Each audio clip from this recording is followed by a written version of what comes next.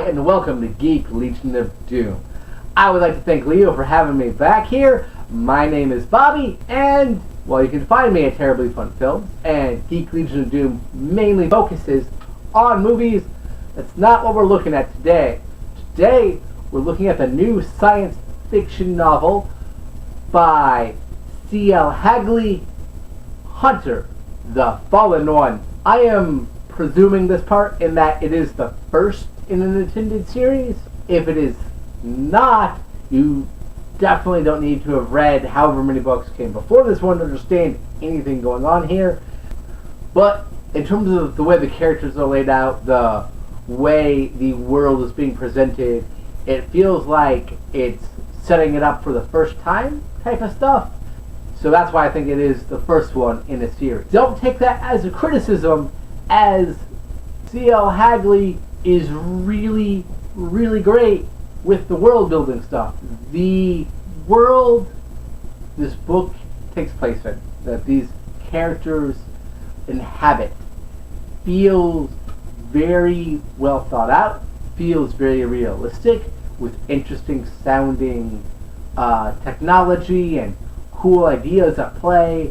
The world building is quite remarkable and very impressive.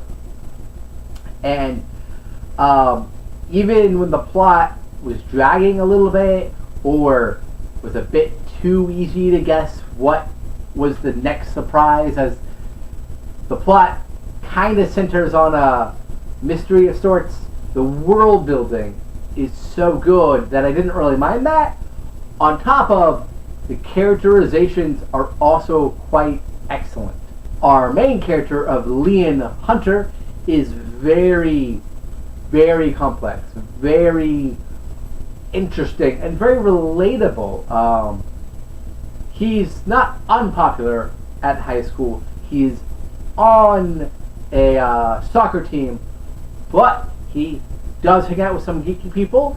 He isn't the brightest student in all his classes, and he gets flustered and embarrassed and turns bright red when talking to the girl he likes, and things like that make him feel like a real teenager, that allow you to really, oh yes, these reactions, these thought processes make sense.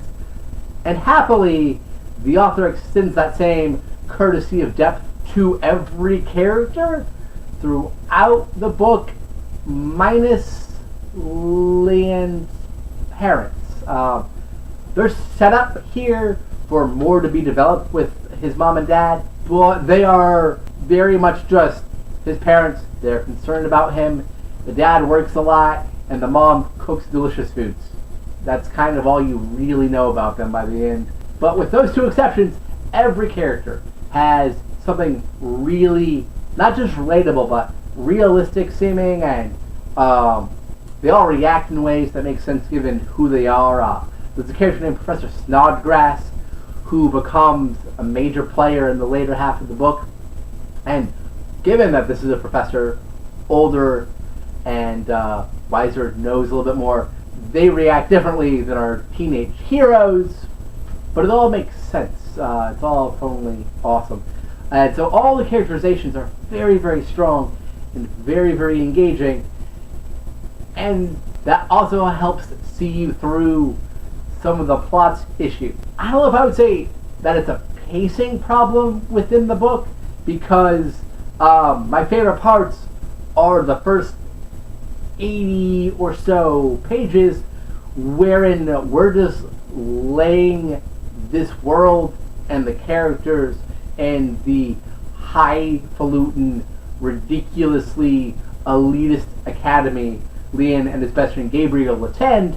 That's the most interesting part for me, is just seeing them be teenagers in this really cool world, in this ridiculously hardcore academy, and how things tangentially relate back to these crazy visions Lian keeps having. That stuff is so well done, so well defined, thanks to the strong world building and characterizations, that once the plot kicks in, or as the plot really starts amping up, I guess I should say, at around the 40-page mark, there are certain things that happened that I was very easily able to guess and be, oh, okay, now this person did that, so this person will be doing X. And I was right. I really don't want to spoil things, so I'm sorry if that's a bit too vague to follow properly. But, real interestingly enough, at about the halfway point of the book, Sumerian culture becomes a huge touching point on everything that follows. Everything that precedes roughly page 65 or so hinges off of understanding and studying Sumerian culture. And using the Sumerian culture gives it a really original flavor, I guess to say, a real interesting vibe, and the discussions thereof are really cool to hear about how Sumerian culture did this before the Egyptian cultures and things like that. It's very clear that Hagely did a lot of research into getting that stuff right, and it's really engaging and it's really cool. So we're in the broad strokes in terms of the ancient evil that's doing the stuff it's doing. Again, I don't want to give too much away. You can kind of see coming. You can kind of guess which characters will turn out to actually be good and who will turn out to actually be evil and things like that. Just describe the very broad strokes of several other YA adventure books like Harry Potter or those Olympian books they turned into god-awful movies. I can't remember what they're called, and I don't have my computer in front of me. Sorry, guys. Overall, while the plot is not entirely new, and in broad strokes it's several other books, and in certain specific ways it's a bit predictable as well, overall the book moves very well. It's less than 200 pages, which I wish it were a little bit longer. It's just because I want to keep seeing what's going to happen here. It being a little bit longer, I think, would help alleviate some of the issues. Some plot points could be stretched out for further, give you a little bit more misdirection or something like that. And while the ending is great, the last chapter is amazing. I feel like we could have done more with the parents in the chapter preceding that, just to get them more involved. There are certain aspects of the book that feel like it's just setting up for the next adventure, but in a kind of clunky way. With those flaws out of the way, though, I do really recommend this book if you're a fan of YA adventures or science fiction generally speaking, or a combination thereof with a really solid mystery behind it. The Sumerian culture aspect gives it an interesting atmosphere and makes it feel different than other books in the same genre. The characterizations are fantastic. They are fantastic all the way around. And the world building and the future technologies that have been thought up for the time frame this book takes place are incredible and engaging. Minor flaws, so overall I'm going to give C.L. Hagely's Hunter, the Fallen One an 8 out of 10.